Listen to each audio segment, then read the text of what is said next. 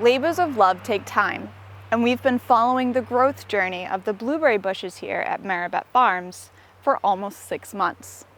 Last time we visited, these bushes were just coming out of hibernation from the harsh winter, and Ron walked us through a good winter pruning. Now that spring is here, we are going to observe how that first pruning session has helped produce buds and started sugar production. Let's go see how far these plants have come.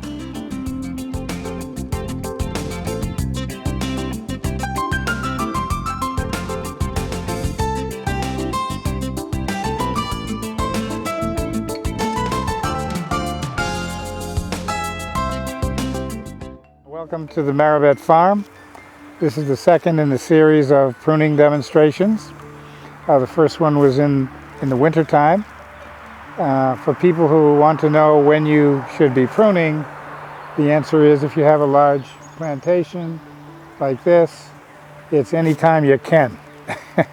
Try to start in the winter and then come back and finish in the springtime before the blossom. Okay, and that comes up in May. So we're going to have a guest in this video. It's a student from Bridgewater State University, Jenna Lynn. I feel like everything is pretty interconnected and that I can learn many lessons from a plant to apply in my own human life. And she's an Adrian Tinsley Summer Grant awardee. And she's working here with the farm, which is going to have a weather station installed, which you'll be able to monitor at some point, and she's working on the relationship between climate change and farming and crops. So welcome, thank you very much, and we'll get right to work. Here's the bush that we were working on. We did winter pruning, and one of the caveats that make winter pruning difficult is that you have changes in temperature, which are occurring a lot more now, and so you'll get a warm spell, and the plant will grow, see that dead little stem, and then we'll get a cold frost and that little stem will die off. It will be not ready to handle that cold. So that's called winter kill. And that occurs either way. So one of the reasons for coming back in the spring, if nothing else, even if you get everything else pruned, is to come back and eliminate the winter kill stems. And I'll come back and do this later when I have 2 hands, because it's small and you need to get in there. But the reason for that is that those little stems, dead tissue on the living plant in the humid environment that we can have in the springtime can cause microorganisms and pests to infest it, get in it and move down the stem and cause greater damage. So you don't want any dead wood on the plant at all. You can see this is a pretty well pruned plant. This is a finished product. So now we move down here. These have been pruned somewhat, not completely, for the dead wood. But we didn't go to the next level here, which is to take out stems that are probably interfering with the overall productivity of the plant. So I'm going to demonstrate some of that right here. So if you look at this first bush, how it's all open, now look at this. It's all busy. So how does sunlight get to this and to new growth? I mean, yeah, there's a lot of blueberries on there, but it's sort of like the idea of thinking not only in the moment, but thinking about the future and thinking 2 or 3 seasons down the line. So I'm going to sacrifice some blueberries right here. Here's a little piece of dead wood. And I'm going to sacrifice a chunk of blueberries here and take this out. Now you see it opening up. There's probably 10 or 15 blueberries in that bud. And then there's leaves. There's not a lot of leaves on this too, so that's another reason to take this out. But there's a few. We need the leaves for sugar. There's a lot more leaves up here. But anyway, so that's essentially, if you were to come back in a month, there would be leaves everywhere and there would be white flowers. So you see, we're going to have to open this up. Here's another one right here with 1 clump and 3. I'm going to go ahead and take this one here. I'll go over the other side. All right, so now you see it's getting more and more open. Now we can start to prune by productivity, we call it. Here's a piece of dead wood. winter kill. Didn't get off there. Yeah, so this one is all interfered with. So there's not much. I'm going to sort of take this down right here. So what I've done is I've created this cluster up here with 1, 2, 3, 4, 5, 6, 7, 8, lots of, and some leaves coming along, and some more buds will come out, because when we prune a stem like that, a primary stem, it basically shoots nutrients up the plant, and all the nutrients that were going into those stems that you took off gets refocused into the ones that are left. It's almost like if you're pouring water through a sieve and you close up some of the sieves, and you see what happens. The water goes to the ones that are open. That's the nutrient base, like an upside down colander, and the water's trying to get up here with the warm temperature and the photosynthesis and everything like that. I think I just want to take this one right out. And there's no such thing as a bad cut. It always comes back in the end. All right, so you see now we have it open in the middle. So we're going to have met the criteria of cleanness, openness, sunlight, air movement, right? And then we can just go around and do some of that down lower. And we can do the final pruning on these is to leave 3 inches between any buds. See this little bud thing here? That's blueberries.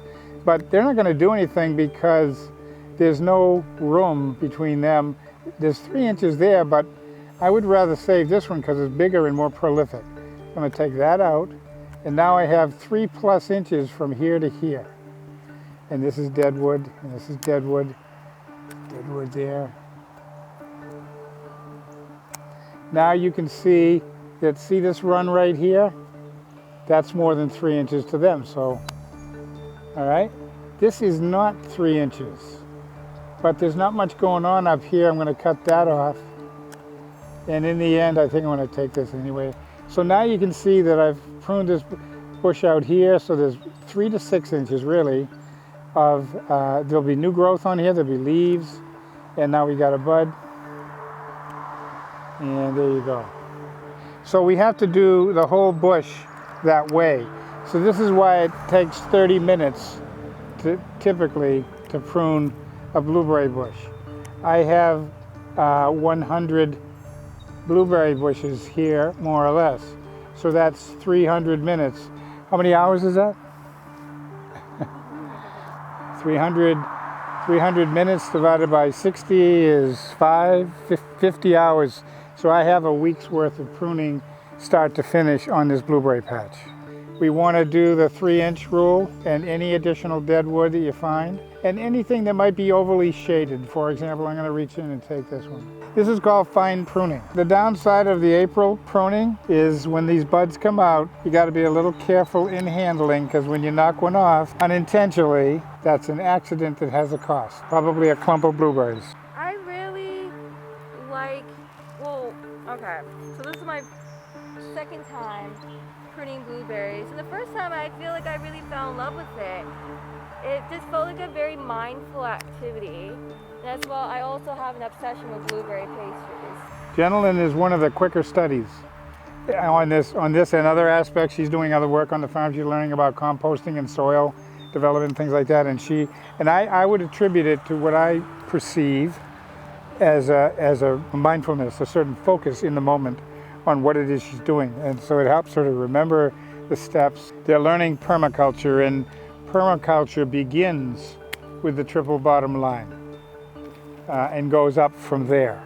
So it presumes that every resource that you engage is going to have 3 returns, minimally, maybe as many as 7 or 8. But if it doesn't have 3, you should go to the ones that will have 7 or 8 and get those done first, and then come back to the ones. So like the blueberry is, just for an example, since we're doing that, we're getting fresh air, we're getting exercise, we're getting a new skill. Blueberries happen to be a significant sequesterer of carbon dioxide, and we're near the road, so we're sequestering a lot. So there's what am I up to now, and then there's the crop, the fruit. It's a highly nutritious fruit, as you know. It has the antioxidants. It's great for your autoimmune system. So we can just go on and on. But so when we do permaculture, we're not just thinking about cash. How much more cash can we get because we're doing it organically? No, we're doing it. What is the total range of benefits, both to us personally while we're engaged, and down the road during the harvest, and in the longer term in terms of the benefits to the soil? This regenerates soil, is the management of it. So we're always thinking about it that way. Working in harmony with the earth. If there's no leaves on it, on the branch, should I just cut it off? No, we're gonna, because there's plenty of red there, and that could, but see that little one there? That one should probably go. We're gonna see a lot of leaves come out on these red stretches once that energy burst comes, because we've taken away a lot of the diffusion. Oh yeah. At this stage, it's very relatively diffuse. A lot less diffuse in these two than in those ones we're gonna visit over there. Yeah, how about that? See, so the reason we cut it that way is when the rain comes, it hits that and bounces right off. Whereas if we cut it flat, it would sit there. And in the shade of the plant, slowly dehydrate and create a medium for all kinds of microbiology. Oh yeah. We don't want that. We want them to go into the wood chips and be happy.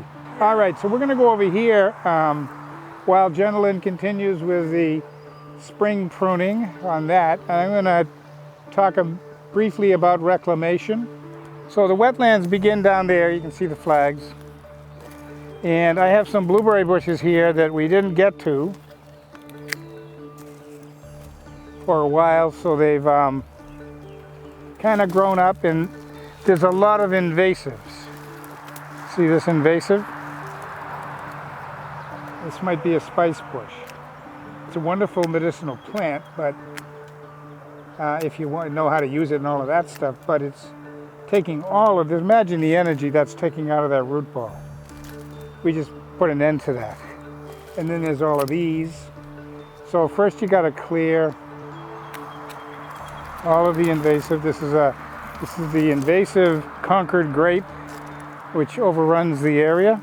So you can see one of the problems with the grapevine is that it sort of stretches all the way along. So I have to come through here and cut it this way first and separate it so I can pull it down. Same thing with this bramble. So you can see the grape is just starting to bloom too. So it's parallel. Its life cycle is very similar to that of the blueberry and most of these fruits. So first we have to remove all of this stuff so we're out of personal danger. This is pretty sharp material. And then we can go in and get at the bush. Now they're all stringy up here because there was no sunlight down there. So we'll probably try to get a little bit off these tops this year, and then we're gonna hard prune this down over the winter and take away a lot of fruit for next year, but improve very much the quality of the fruit and the development of the plant for future years. Because these blueberries were planted in the 1930s. Let me look at the camera and say the 1930s.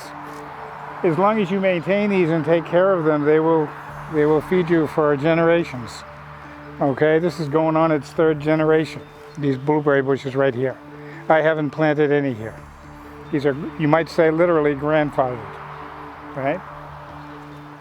So that's what you do on the reclamation. Scientists say that it's good to have a leader, is because they are closer to the sun, and blueberries are a water pump. In other words, they exert a pressure on the groundwater, and because of the power of the sun, the solar beam, and they start to pull the water up. So you want a leader that's out there early and often pulling it up, because it's getting all these other ones on the way up. And this side shoot wants to come out here and come up and fill this nice opening. But in order for it to do that, we want to eliminate all of the other challenges to its energy supply. So these are challenges. So you think you could cut that like right there at an angle? Perfect. Now water can't stand on that. You can't always get this, but you can always get something. And we don't want water to stand on that. So thank you very much. Here's another one with a lot going on in the middle. So I'm just going to take this out right here. Sometimes I have to use 2 hands. So this is a recovered blueberry bush, and this is what we're going to do for this row. Okay, that's our goal for this year, and that's going to finish out the blueberry patch that we've reclaimed. So I'm going to go over down this main aisle here, take us for a little walk. And we had some pretty severe winter kill on this blackberry planting this year, but it will come back. But what happened is we got warm, and then we got a really harsh cold snap after the warm, and these are not as hardy as blueberries. So we lost, so I'm in the process of cleaning this up.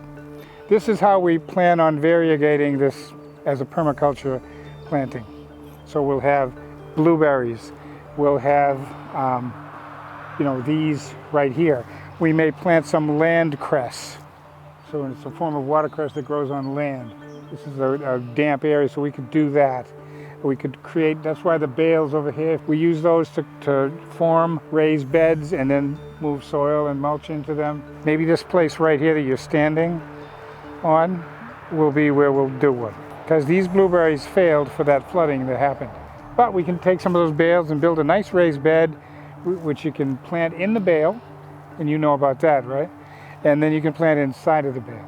Now, moving along here, how we can use what nature gives us. This is the elderberry. So you can see the elderberry is in bloom, but again, the invasive Concord grape, we could pull these things down, cut them into fruit wood.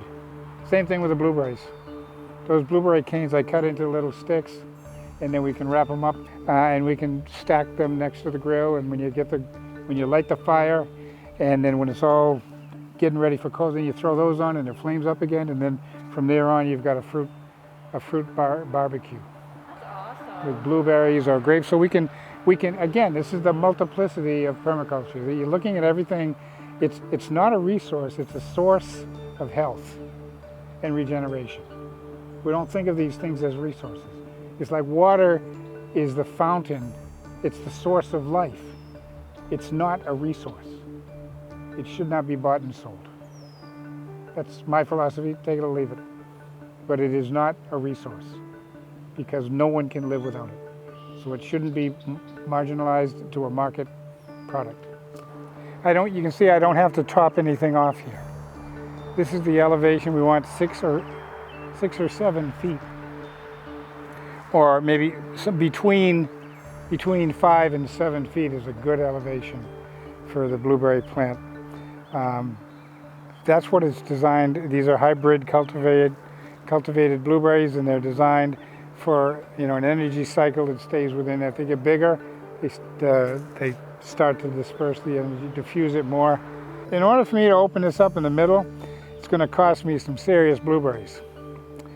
But maybe not, because they might not have done so well anyway with the bad conditions. So you have to think of it that way. So I'm going to go in and take this oldest one. So you see this one right in here? That's probably 5 or 6 years old. I'm going to go right down to the bottom.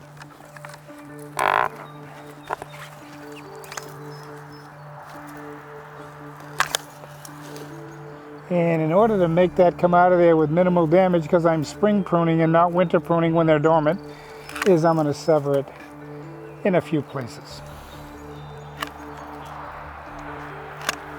Okay, now let's watch how this opens this up. This is what we just removed.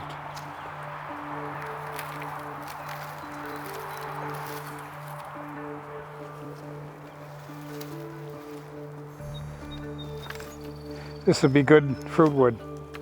It takes about a month or so to dry, maybe 2. Move these invasives. Okay, so that's a start. So I see another big one over here that's got 2 stems. This one might need a chainsaw. This is something you can learn. Jenna Lynn, see how I put the handle over there? Mm-hmm. If I put my foot on there, then I can do this. Oh, okay. Look at that.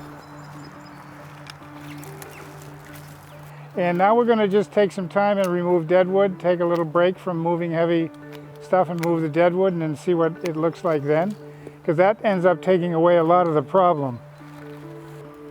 So our goal is that next year, all of these except those ones we were doing over there in step number 2 are going to be like this. And then it's just a matter of going through these kinds of plants every year. And our reclamation will be complete.